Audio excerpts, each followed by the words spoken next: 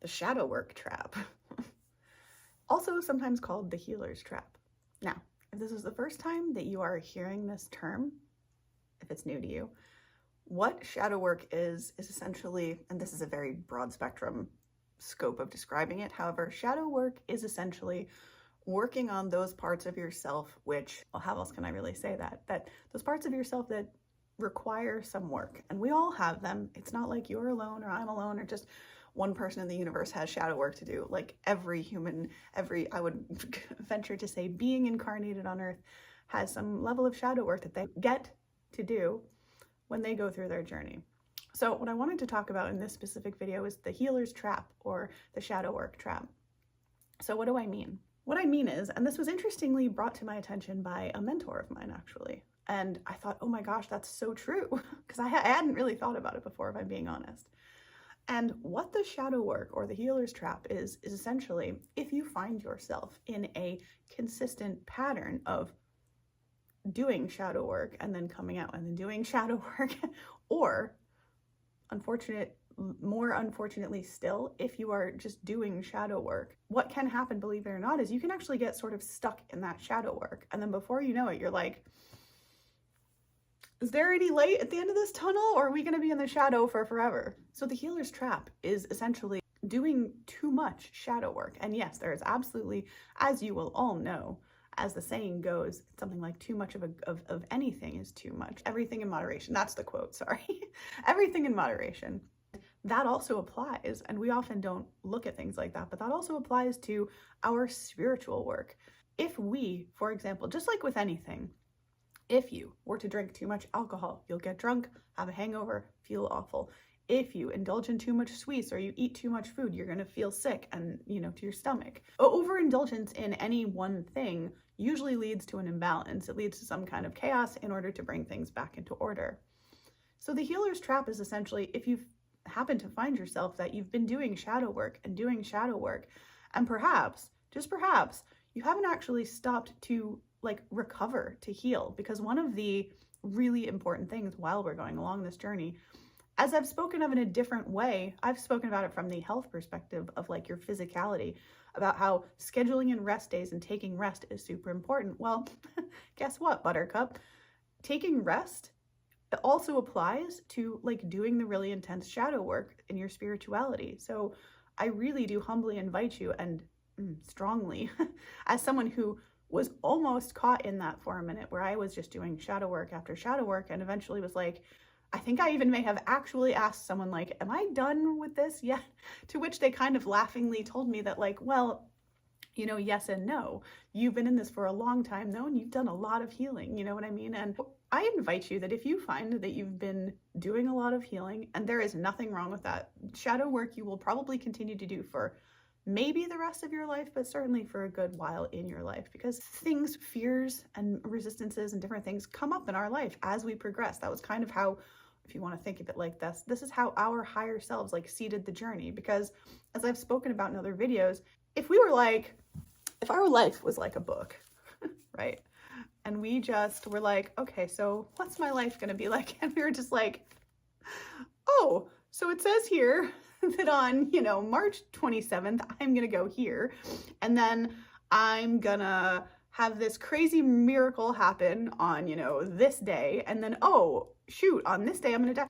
Would you really want to know everything? I mean, we often like to fight against this, I think, because we sometimes get stuck in kind of cycles and habits of things. We're creatures of habit, and so we get stuck in cycles just like hamsters, which is why the hamster wheel analogy exists, is my opinion. Anyway, the point here is simply that if you found that you're just running and digging into your darkness, and while that has a purpose and is beneficial to a point, I really do strongly invite you that if you happen to notice that you've been slogging through the mud or digging through the stuff and really in the shadow work for a long time, and maybe haven't allowed yourself to step out and take a break and heal and recover and return to balance, I invite you to do that, because it's just as much an important part of the healing as the digging into.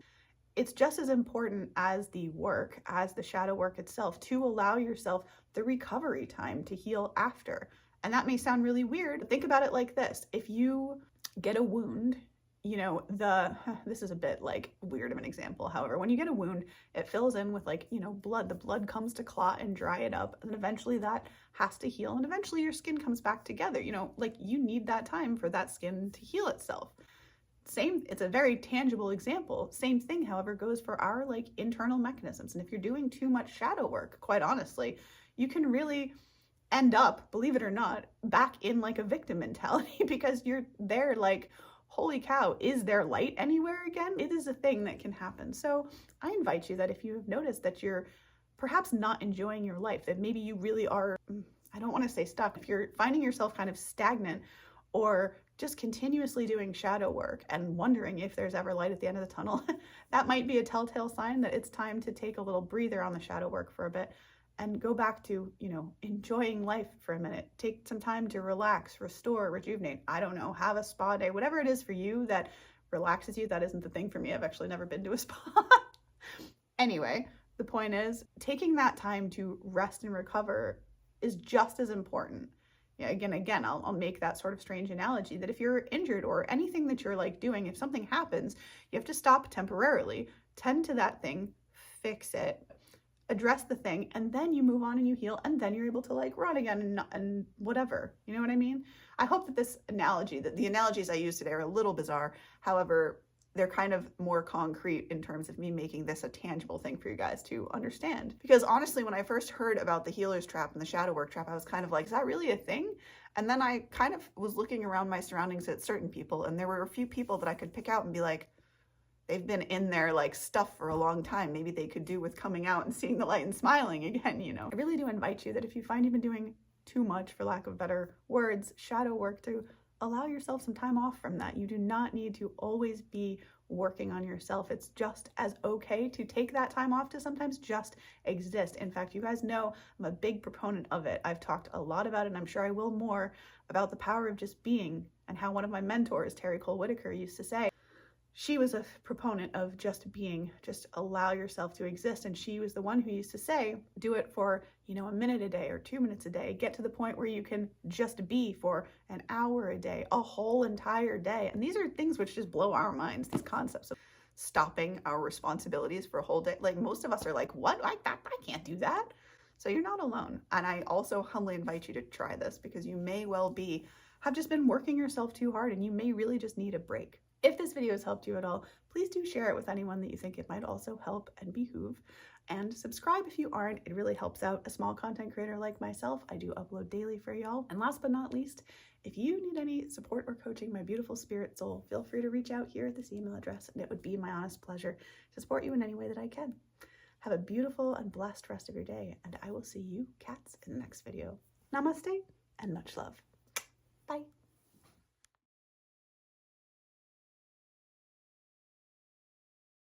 But again, I don't want to use the word fix. Do it for, you know, a minute a day or 2 minutes a day. Get to the point where you can just be for an hour a day, a whole entire day.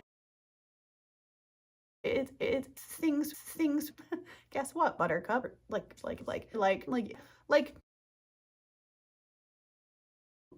and I have to, so holy cow, is there light anywhere again?